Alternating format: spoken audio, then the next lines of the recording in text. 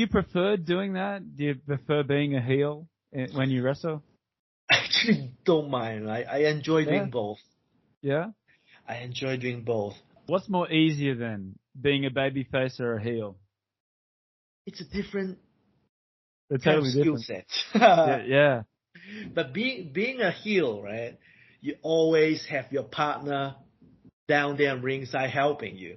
Yeah. So physically being in the ring, where you have some partner in the outside doing dirty job for you, and throw your opponent back to the ring, and he's already exhausted, and you're still, 100%. So being a heel is actually physically easier. Yeah, right. Because it's always like 5-on-1, 6-on-1. And it looks like more fun. I mean, people get to cheer the good guy or the baby face. I think I would prefer to be a heel as well. Yeah. I think it sounds like so much more fun talking to the fans and then cheating all the time. It just looks like so much fun. So you've wrestled so many different places like Taiwan. You've wrestled in Manila, Singapore, I do believe as well. I just want to briefly talk about your stint with WWE. I interviewed Zeta Jung as well. Tell us about how that all come about and why you were in NXT. Was it Shawn Michaels that was training you, or? 2016, there's this tournament called Cruiserweight Classic. The idea of this tournament is to have 32 of the competitors, Cruiserweight, obviously, to come in Orlando, Florida, to do this tournament. So I'm part of the China representative, Hong Kong representative. Wrestled them match round one. I won round 2. I lost. I was about to go home, and I remember that was William Regal.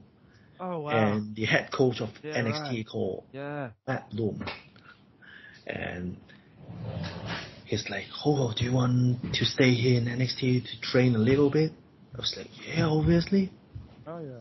So they gave me that NXT contract. I stayed there since then. 2017, it's where Zeta Zhang come in, and they signed also 6-7 other Chinese talents. That's amazing. They're basically a tryout happening in Shanghai in 2016, which I also part of it. And then they signed 7 of them on the spot. They didn't sign me that time because I only scheduled to do the tournament. Right. Did the tournament, and they also offered me a contract. So the 7 of them come in later because obviously China passport, they require more paperwork to do when they come to America. So they came in 2017, and I was the only person who spoke English and Chinese at the same time. So they also asked me if I wanted to take part in things outside the ring to, help them settle in America. Yeah. Lucky enough, that's also my first. I only stayed in America for 4 months until 4 months before they came, and I only stayed in America I only spent 4 months in America, and then they asked me to help them settle. I'm struggling settling myself. But then I did that. Obviously, I stayed there for another 8 months. I think August 2017. I made that decision to quit my job in WWE. There's a lot of things happening with my family. My mom, she doesn't feel really well, body condition. So, and at the same time, exactly the same time, there's a job in Macau, a casino complex. Oh. That trying to offer me a producer job to, run wrestling shows in a casino complex. So it's like, okay, my mom's not well. And there's another job there that pay me the same. Should I do this or should I don't do this? And I decided to move to Macau, which is only 1 hour away from Hong Kong.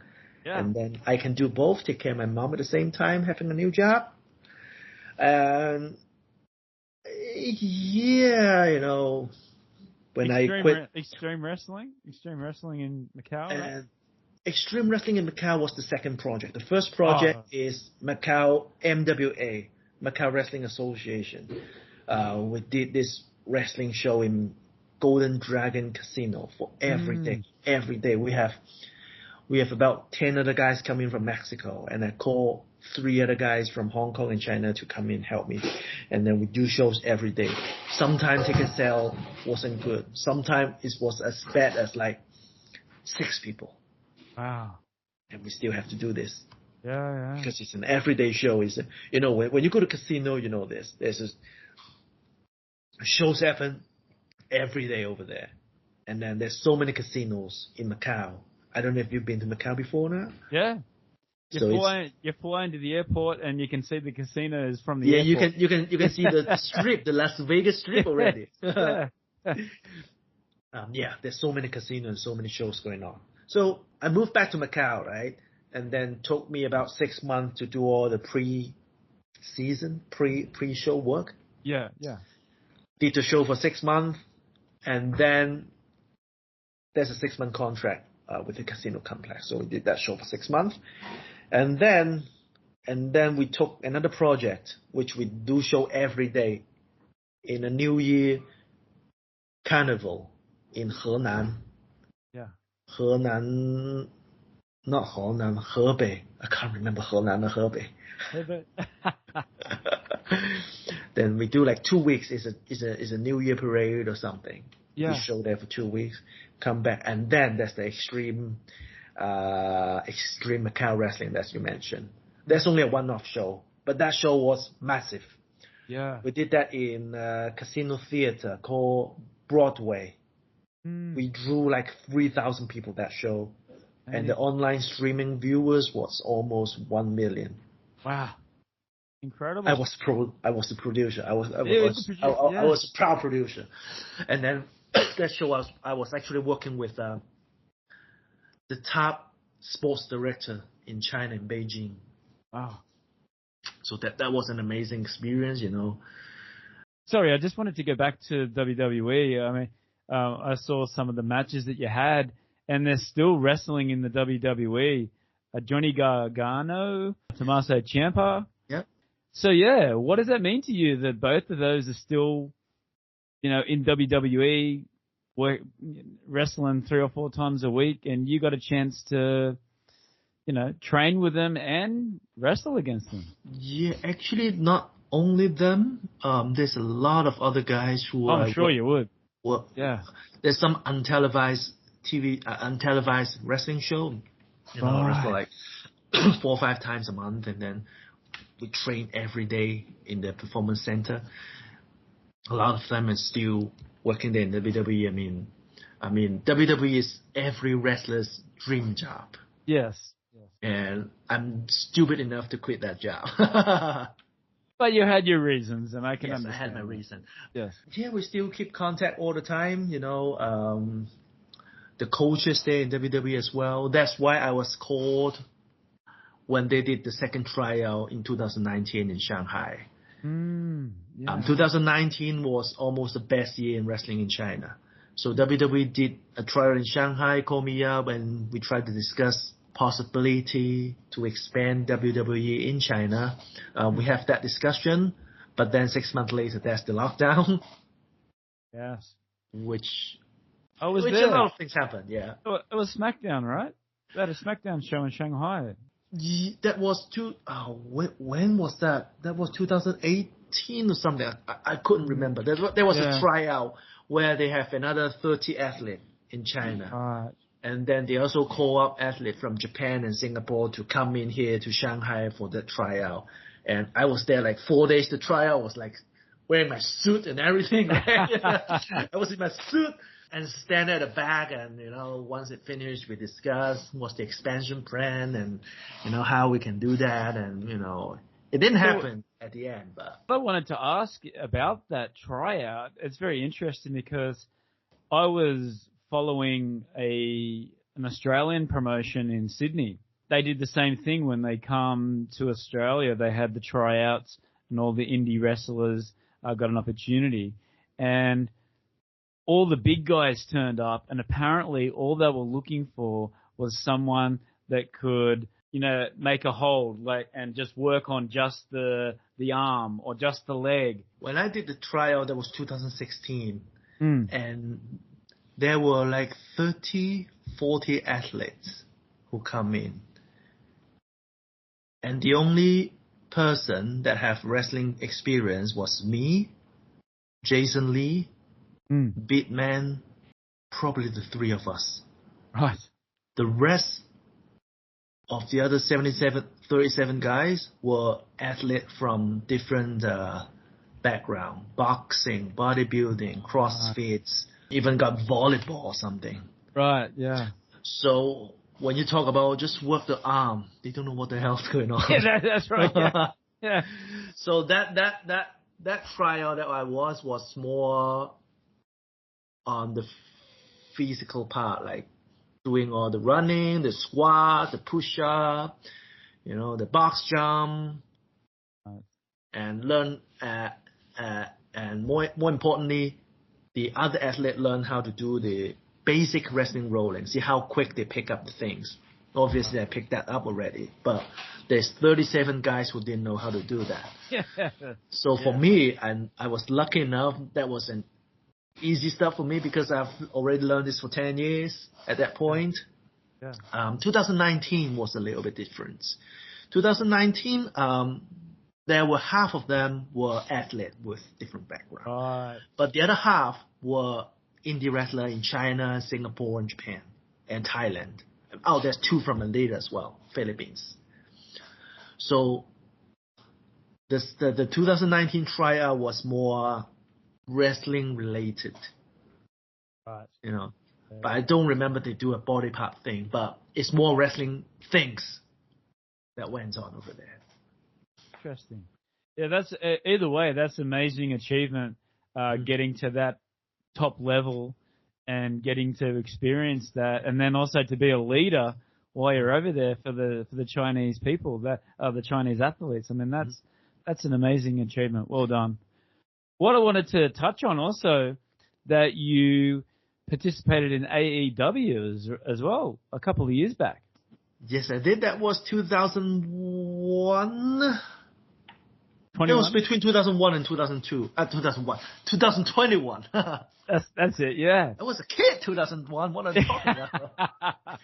Yeah, 2021, 2022. I took 4 months off from Dragon Gate in Japan and fly myself to America. 2021. Why? Because there's all the lockdown, the no chanting shit, the clap hand. I was like, I'm so bored. I want to hear the craziness. Yes. And I know that's only happened in America. So I fly myself to America. I didn't tell anyone. I took the time off from the office. Obviously, I told them, but then I didn't tell anyone. It's just very an impulse decision, I would say. But then they're lucky enough to give me that 3 months off. Fly myself to America. I didn't tell anyone yet. I think I buy a ticket and then for 2 weeks later and then I fly out. I think. Stay in my friend's place. His name is Trexus. He's Dante Chen in NXT now. And he's actually the one who got picked on the 2019 tryout. All right. And I have known him for so many years. 2012, since I first wrestled in Singapore, he's almost my second opponent in Singapore. We know each other for a long time, so he's okay. I said, I just need a couch. Give me a couch and I'll be okay. Yeah. And then, I stayed there for like 3 months, and then I only start approaching promoters when I get there. And lucky enough, AEW did. So I stay in Florida, Orlando, Florida, and AEW happens to have a show there in Jacksonville, Florida, which is about 2 hours away from me. So, they said, you want to come in and be a standby? Yeah, right. Standby? Okay. Have your gear ready if someone gets hurt. Yeah, and then put my suit back on, wear a tie, get in. Yeah. And I didn't know what happening to me. I said, you know what's happening? No, I don't know. There was noontime when I reached there. Yeah. Until nighttime, and then they decided what happened, and then they put me in a match against what was that? Sammy Guevara. So yes, All right. We did that match. I didn't expect to have a match basically, but we did that. And then we did that match, and then the thing that surprised me on that night, I didn't have a ring entrance because I'm a standby guy. I'm an extra guy. Right. So the main guy, Sammy, he got his entrance. So during his entrance, I walk in from the other side of the camera, and I stand in the ring waiting. And while I stand in the ring, and while he's doing his entrance, his fans recognize me. I was like, really? Oh, that's so cool. Oh, yeah, I saw you 3 years ago. Wow. 3 years. That's 5 years ago, bro. But did you have to talk it over with Sammy Guevara as to what you were going to do, or how was it going to work out, or did you just go in there and call it in the ring? Yeah, we only know that's happening like 30 minutes before. Oh, wow. It happens. Wow, yeah, right. So obviously we talk a bit, and then there's a producer who give us instruction of what to do over there. We did the match. It's not a long match because obviously this is not a main match that's happening there. Again, I'm an extra. Yeah. So you got your moves in, or I got a couple of moves in, and he got a few moves in. He killed me, and fans were happy. Yeah. But the only things that make me happy was fans there in Florida. They still remember me. That's so cool. That's the good thing that take away, other than being up here in AEW. But I mean, if there's a chance, always a chance. Yeah, and it also says here that we skipped over it a bit, but it was saying that you've been the champion of the Hong Kong Federation as well. That's correct? Yeah. Hong Kong, Guangzhou, King of Wrestling, and then I was also one-time champion of the Manila Wrestling Federation. What was it like in Manila? I mean, it's a beautiful place to visit, but did you live there, or you fly in, fly out? At that time, I remember I lived in Macau. It's only 1 hour and a half fly, and it's super cheap, and it's like 500 renminbi. I can get a return flight. It's that cheap. Yes. MWF, Manila Wrestling Federation, they were a new wrestling company, and I am producer, so I always want to reach out to people in the region. So I was like, let me come down and we'll do some training and I'll do a match for you. And I said, why not? Then we worked that out, and then for some reason they put me in. I became champion. And my character in Manila is a total heel.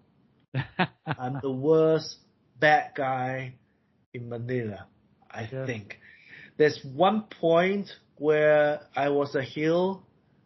I cut a promo, and the promoter said, "We need to escort you out. The fans gonna beat you out." Wow. No way. Does that still happen? Like, I didn't think that happened anymore.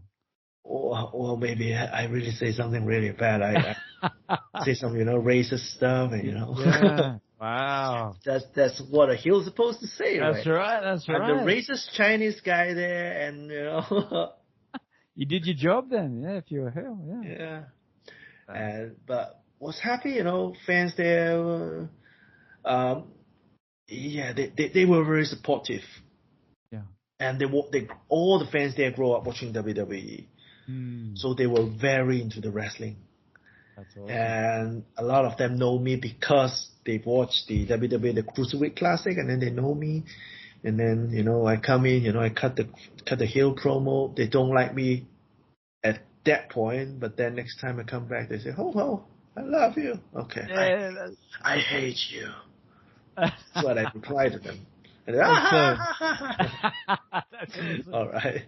You are a heel. Come on, I can tell. I can tell that. I hate you. Why are you laughing when I say I hate you?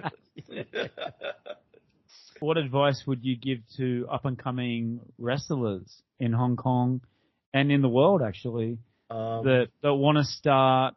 For those who want to start wrestling in China, China is still a new market of wrestling. I mean, try to find ways to go out and see the real world. You may be a champion here in China, but then, it's still a developing place, and you still need to see a real world. So go out, find opportunity. If you're in America, if you're in Japan, you're ready in a really good place, but try to search for the top.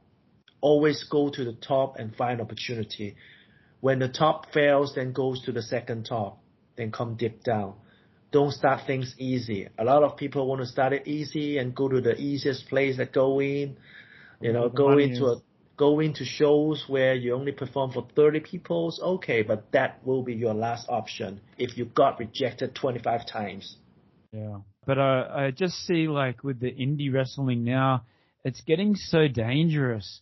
Like, people are, I don't know if they're not getting trained properly but yeah, I just see all these things online where they're doing all these flips and they're hitting the back of their neck and they're landing on their head. What do you say to that when you see that? There's a lot of things combined, Obviously, there's fans demand who love to see this kind of things, but promoter, producer himself also have the responsibility to, give more direct instruction of what you can do and what you cannot do. And a good producer should be able to learn about their talents, what they can do and what they cannot do before you book them.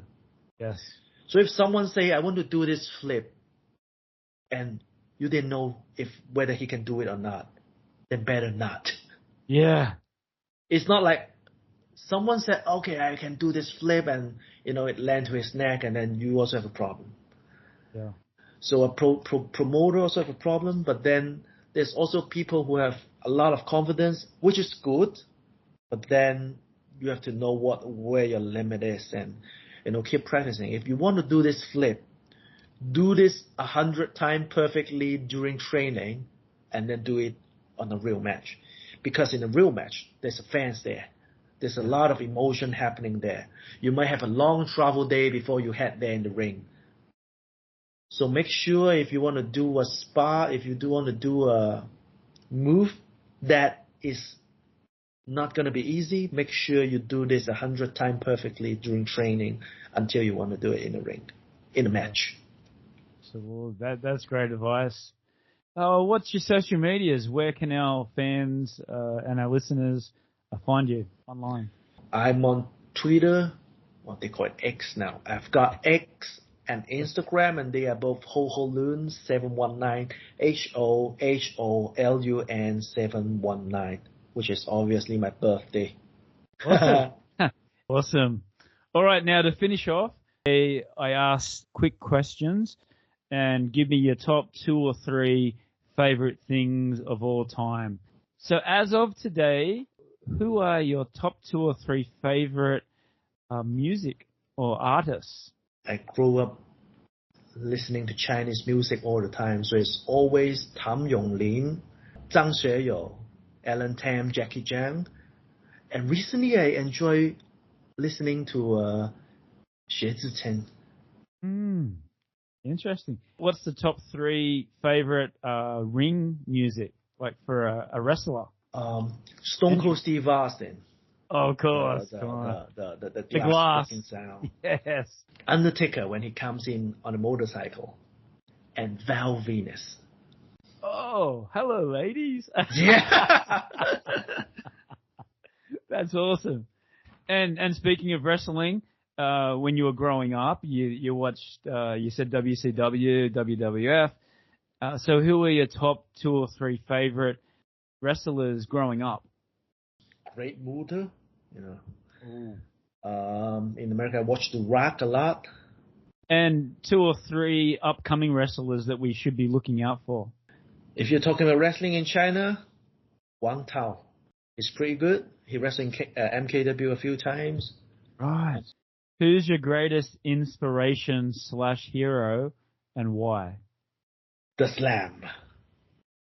If it's not the Slam, I'm not sitting here talking to you today. That's right, yeah. So what does he mean to you? There's no wrestling in China. And I would never think of setting up a wrestling ring there and, just train myself. But then if Slam can do it, I think I can do it. And He gave me that courage to, build a ring in a warehouse and start training people that doing move and do all that and have wrestling promotion and eventually give me that opportunity to wrestle in WWE. Yeah, absolutely. So thank you very much for your time. You've had an amazing career and it's only going to get better. You've done everything. You just got a little bit, you've got something in commentating, in backstage, in the ring, outside the ring, with the fans. I wish you all the best for the future.